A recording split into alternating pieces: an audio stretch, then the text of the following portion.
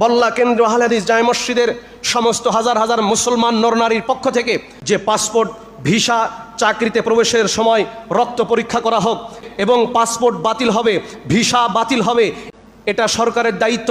আমরা বাংলাদেশের ঐতিহ্যবাহী গুরুত্বপূর্ণ উল্লেখযোগ্য মসজিদ বল্লা কেন্দ্র আহলে হাদিস জামে মসজিদের সমস্ত হাজার হাজার মুসলমান নরনারীর পক্ষ থেকে সরকারের কাছে আবেদন জানাতে চাই যে পাসপোর্ট, ভিসা, চাকরিতে প্রবেশের সময় রক্ত পরীক্ষা করা হোক। যার শরীরে রক্ত পরীক্ষা করে মাদক দ্রব্যের আলামত চিহ্নিত হবে, তার বিসিএস পরীক্ষা, ভাইভা বাতিল হবে এবং পাসপোর্ট বাতিল হবে, ভিসা বাতিল হবে।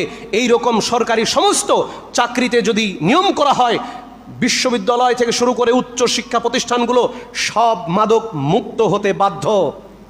যদি এই কাজগুলো করা হয় তাহলেই সম্ভব। এই কাজগুলো কে করবে, কে চিন্তা করবে? আমাদের বলার দায়িত্ব বলি। আল্লাহ যেন রাষ্ট্রীয় কর্তৃপক্ষকে কোরআন সুন্নাহর সহি বুঝ দান করেন, আমিন।